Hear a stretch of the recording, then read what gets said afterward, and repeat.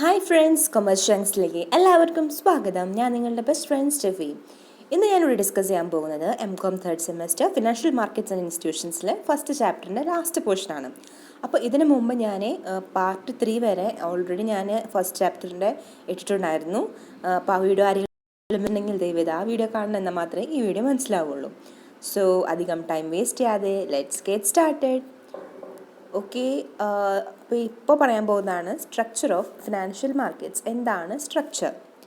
Financial മാർക്കറ്റിൻ്റെ structure ഉണ്ട്, അതിൽ എന്തൊക്കെയാണ് വരുന്നത് നോക്കാം.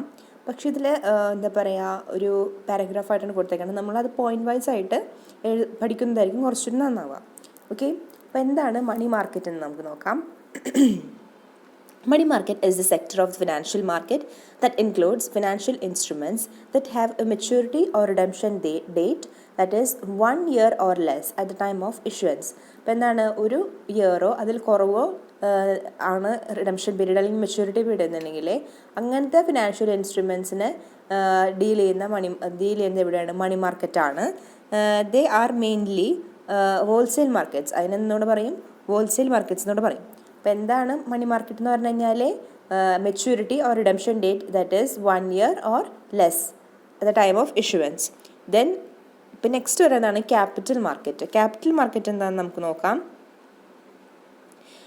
Capital market is a sector of financial market where long-term financial instruments issued by corporation and government trade. അപ്പോൾ എന്താണ്, ലോങ് ടേം ആയിട്ടുള്ള ഇൻസ്ട്രുമെൻറ്റ്സ് ആണ്, ഫിനാൻഷ്യൽ ഇൻസ്ട്രുമെൻറ്റ്സ് ആണ് ഇഷ്യൂ ചെയ്യുന്നത്. ആരാണ് ഇഷ്യൂ ചെയ്യുന്നത്? By the corporations and the government trade. ഇവരാണ് issue ചെയ്യുന്നത്. Here long term refers to financial instrument when long term എന്ന് പറഞ്ഞാൽ എന്താണ്? Financial instrument with an original maturity greater than 1 year and perpetual securities those with no maturity. അപ്പോൾ എന്താണ് long terms ഉദ്ദേശിക്കുന്നത്? 1 yearനേക്കാളും കൂടുതലായിട്ടുള്ള maturity period ആണെന്നുണ്ടെങ്കിൽ അതിനെയാണ് ക്യാപിറ്റൽ മാർക്കറ്റിൽ ട്രേഡ് ചെയ്യുന്ന ഇൻസ്ട്രുമെൻറ്റ്സ് എന്ന് പറയുന്നത്. അങ്ങനത്തെ ഇൻസ്ട്രുമെൻറ്റ്സ് ട്രേഡ് ചെയ്യുന്ന മാർക്കറ്റാണ് capital market. Okay, there are 2 types of capital market securities. അതിൽ 2 types ഉണ്ട് capital market securities. Those that represent share of ownership interest which is called equity. ഓണർഷിപ്പിനെയാണ് പറയുന്നതെങ്കിൽ അതെന്താണ്? ഇക്വിറ്റിയാണ് ഇൻസ്ട്രുമെൻസിൻ്റെ പേര്. Issued by the corporation. And those that represent indebtedness or ഡെപ്റ്റ്. കടം എന്താ പറയുക, ഓണർഷിപ്പ് അല്ല, കടം ആയിട്ട് വാങ്ങിയിട്ടുള്ള എന്താ പറയുക, കടമായിട്ട് എടുത്തിട്ടുള്ളതാണെങ്കിൽ issued by corporations and by the state and the local governments. അപ്പോൾ എന്തുണ്ട്? ഒന്ന് ഇക്വിറ്റി ഉണ്ട്, ഒന്ന് ഡെപ്റ്റ് ഉണ്ട്. അങ്ങനെ 2 ടൈപ്സ് ഓഫ് ഇൻസ്ട്രുമെൻറ്റ്സ് ആണ് ഇവിടെ നമ്മൾ ഡീൽ ചെയ്യുന്നത് ക്യാപിറ്റൽ മാർക്കറ്റിൽ, ലോങ് ടേം ഇൻസ്ട്രുമെൻറ്റ്സ് ആയിട്ട് ഡീൽ ചെയ്യുന്നത്. Financial market can be classified in terms of cash market and derivative markets. അപ്പോൾ മണി മാർക്കറ്റ് പറഞ്ഞു, ക്യാപിറ്റൽ മാർക്കറ്റ് പറഞ്ഞു. ഇനി ഫിനാൻഷ്യൽ മാർക്കറ്റിന് വേറെ എന്താ പറയുക ക്ലാസിഫിക്കേഷൻ എന്താണ്?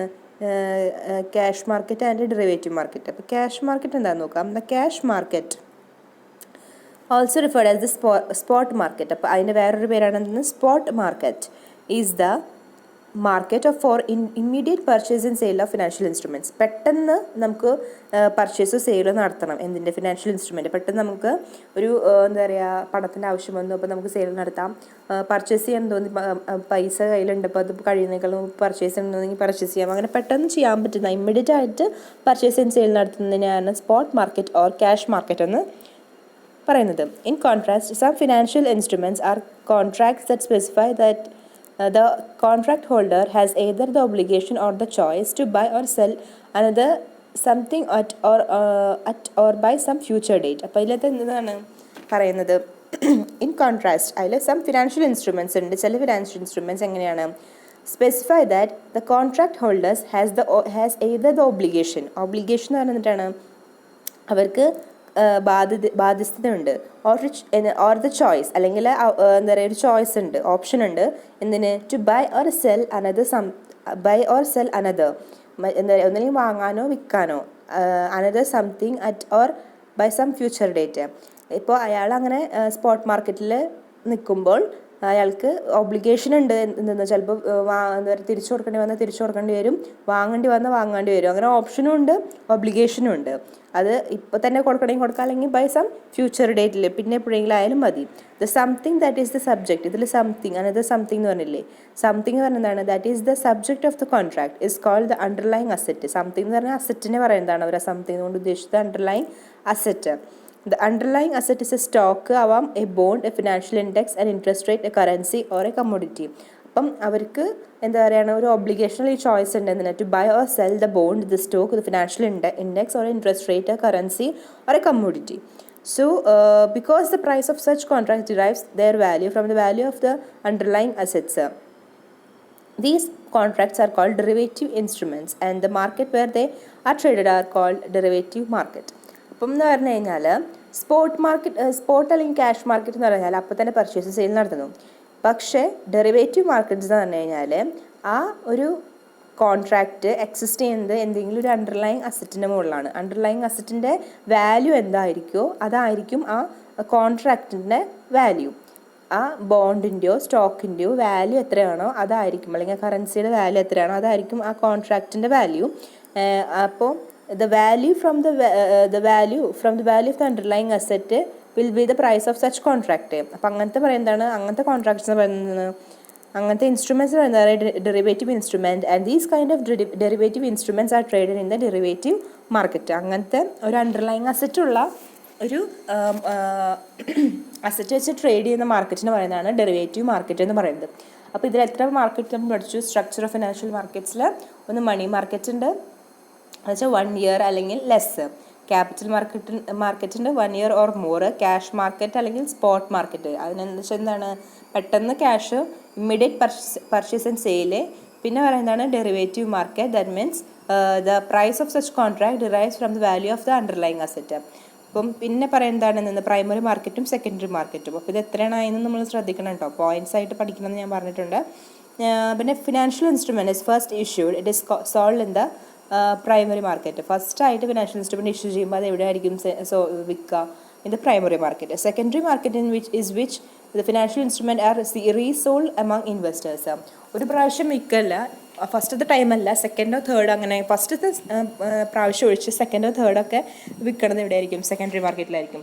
പുതിയതായിട്ട് വന്നിട്ടുള്ള ഇൻസ്ട്രുമെൻറ്റ്സ് മാത്രമാണ് എവിടെ വിൽക്കുള്ളൂ? പ്രൈമറി മാർക്കറ്റിൽ വിൽക്കുള്ളൂ, അല്ലാത്തതൊക്കെ secondary മാർക്കറ്റിലായിരിക്കും. Are resold among investors. No new capital is raised by the issuer of the security. അപ്പോൾ എന്താണ്, പുതിയ ക്യാപിറ്റലൊന്നും എന്ത് ചെയ്യുന്നില്ല, is raised. No new capital is raised by the issuer of the security. Trading takes place among investors. Trading എവിടെ ആര് തമ്മിലാണ് നടക്കുന്നത്? Among investors. Secondary market are also classified in terms of organized stock exchange or the trade counter. അപ്പോൾ OTC എന്നോ stock exchange എന്നോ എന്തിനെ വിളിക്കാറുണ്ട്? അവിടുത്തെ മാർക്കറ്റിനെ സെക്കൻഡറി മാർക്കറ്റിന് വിളിക്കാറുണ്ട്. അങ്ങനെ ക്ലാസിഫൈ ചെയ്തിട്ടുണ്ട്. അപ്പോൾ ഇതാണ് സ്ട്രക്ചർ ഓഫ് ഫിനാൻഷ്യൽ മാർക്കറ്റിനെ കുറിച്ച് പറഞ്ഞിട്ടുള്ളത്.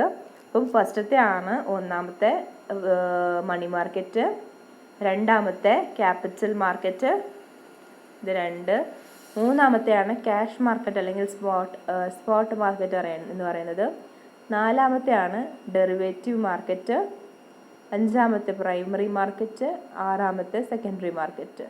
അങ്ങനെ 6 ടൈപ്പ് ഓഫ് മാർക്കറ്റ്സ് ആണ് എന്തിലുള്ളത്? സ്ട്രക്ചർ ഓഫ് ഫിനാൻഷ്യൽ മാർക്കറ്റ്സിലുള്ളത്. അപ്പോൾ ഏതൊക്കെയാണ്? Money market, capital market, cash market or spot market. ഇത് ഞാൻ സ്പോട്ട് മാർക്കറ്റ് എന്നൊക്കെ പറയുന്നത് നമുക്ക് ചിലപ്പം 1 വേർഡിലൊക്കെ ചോദിക്കാൻ ചാൻസ് ഉള്ളതുകൊണ്ടാണ്, അപ്പോൾ അത് വിട്ടു പോകരുത്. Cash market or spot market, primary market and secondary market, അങ്ങനെ 6 മാർക്കറ്റ്സ് ആണ് ഉള്ളത്. അപ്പോൾ ഇതാണ് സ്ട്രക്ചർ ഓഫ് ഫിനാൻഷ്യൽ മാർക്കറ്റ്സ്. ഈ പോർഷൻ നിങ്ങൾക്ക് ക്ലിയർ ആയെന്ന് വിചാരിക്കുന്നു. ഇതിന് മുമ്പത്തെ പോർഷൻസിലോ ഇതിലോ എന്തെങ്കിലും ഡൗട്ട് ഉണ്ടെങ്കിൽ നിങ്ങൾ എന്തായാലും കമൻറ്റ് ബോക്സിൽ പറയണം.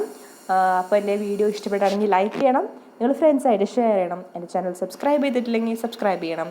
നെക്സ്റ്റ് ചാപ്റ്റർ നെക്സ്റ്റ് വീഡിയോയിൽ. അപ്പോൾ ഞാൻ വൈൻഡപ്പ് ചെയ്യുന്നു. Thank you.